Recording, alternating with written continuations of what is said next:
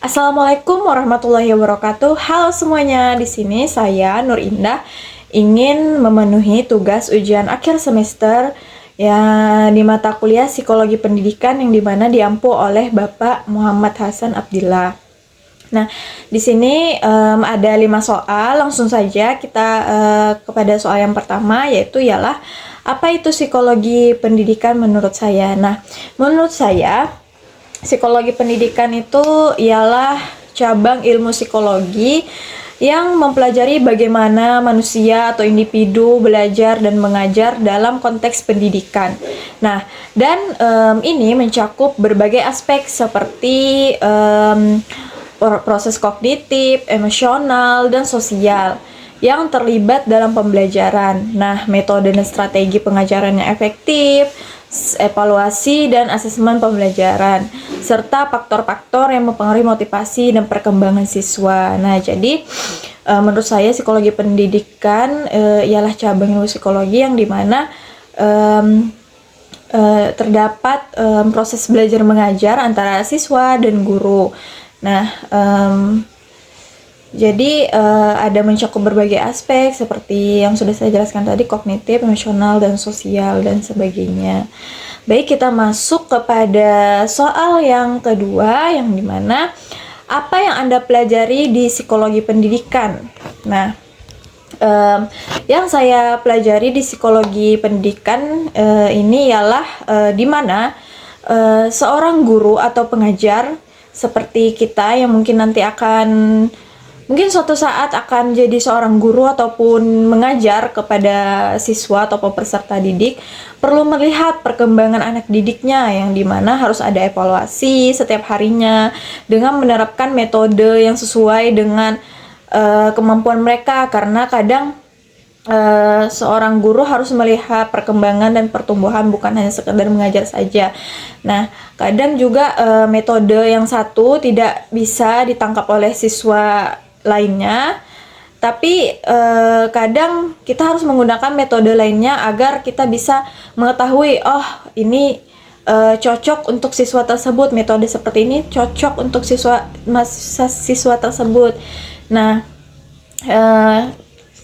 selanjutnya kita masuk ke pertanyaan nomor 3. Nah, materi apa di psikologi pendidikan yang Anda sukai dan apa alasan Anda menyukai materi tersebut?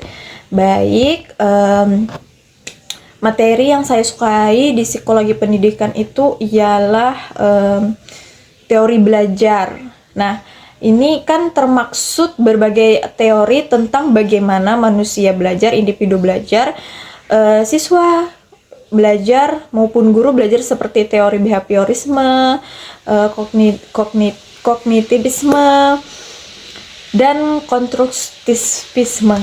Nah, setiap teori memberikan perspektif yang berbeda-beda tentang proses pembelajarannya. Nah, kenapa saya tertarik dengan teori belajar ini?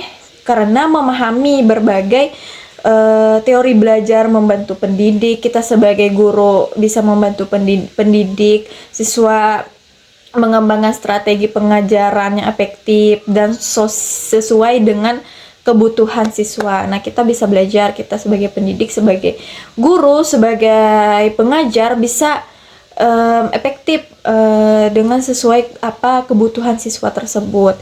Nah, selanjutnya yang saya sukai motivasi dalam belajar. Nah, ini kan mencakup berbagai teori dan faktor yang mempengaruhi motivasi siswa, seperti teori motivasi intrinsik dan ekstrinsik. Nah, teori kebutuhan Maslow dan teori self determination. Nah, mengapa saya tertarik untuk teori motivasi dalam belajar ini? Karena motivasi adalah kunci keberhasilan dalam pendidikan. Nah, karena adanya motivasi kita terdorong untuk bisa berhasil dalam sebuah pendidikan. Memahami apa yang memotivasi siswa dapat membantu pendidik menciptakan lingkungan belajar yang lebih menarik dan mendukung. Nah, jadi seperti yang saya jelaskan tadi, ketika kita tahu apa motivasi siswa. Semisal diberi nilai kamu ngerjakan ini, nah nanti saya berikan nilai yang sesuai dengan apa yang telah kamu kerjakan. Itu kan sebuah stimulus ya, stimulus dan direspon. Nah itu termasuk juga motivasi untuk menarik siswa agar bisa lebih menarik dalam pendidikan gitu.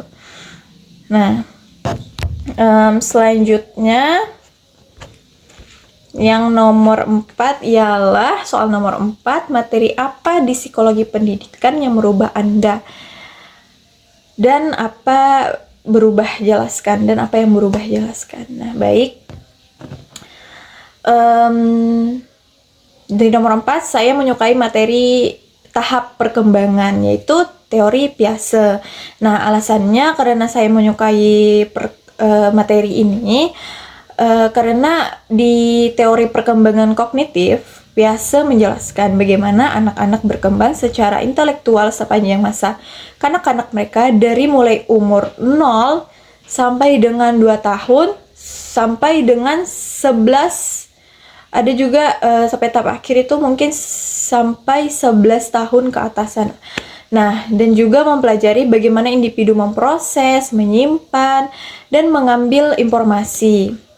Nah, serta bagaimana strategi belajar yang efektif dan dapat diterapkan. Nah, dan materi itu cukup menarik bagi saya untuk mengetahui masa perkembangan anak-anak, yang dimana juga di materi tersebut terdapat adanya skema, asimilasi, akomodasi, dan ekolibrasi. Nah, di situ kita banyak pemahaman baru melalui pengalaman yang pernah kita lewati. Jadi kita tahu bahwa yang skema ini kayak gini, bahwa kita pernah lingkungannya kayak gini. Nah, asimilasinya diasimilasikan ke pengalaman bahwa kita dulunya pernah mengalami seperti ini. Nah, itu materi yang saya sukai di psikologi pendidikan, yaitu yaitu perkembangan kognitif di teori Piaget. Baik, kita masuk ke pertanyaan terakhir, yaitu bagaimana penerapan psikologi pendidikan dalam kehidupan Anda saat ini. Dalam kehidupan saya saat ini, penerapannya itu secara menyeluruh itu di pribadi dan juga menurut saya di rumah. Nah, karena dari banyaknya materi yang sudah saya pelajari di psikologi pendidikan ini, bisa saya terapkan di adik saya. Saya belajar dulu bahwa anak kecil ini didikannya seperti ini. Kita tidak boleh memaksa, tetapi kita bisa belajar sambil jalan aja, bahwa anak kecil itu tidak bisa dipaksa dengan keras, akan tetapi mereka tahu bahwa konsekuensi dari mereka melakukan ini ada hukumannya, dan kita itu mengasih tahu dengan jalan aja, nggak usah dengan kekerasan. Nah, karena saya juga awalnya tidak tahu banyak tentang perkembangan maupun pertumbuhan ataupun belajar mengajar dalam teori belajar ini, jadi saya tahu bahwa di psikologi pendidikan ini kita harus mencari metode-metode yang dimana agar siswa itu memperhatikan, agar fokusnya itu ke kita dan kita bisa mengevaluasi apa yang telah terjadi, ada masalah apa yang terjadi pada siswa tersebut. Baik, segitu saja penjelasan dari saya untuk pertanyaan dari Bapak, yang dimana ini tugas ujian akhir semester. Sekian dari saya. Wassalamualaikum warahmatullahi wabarakatuh.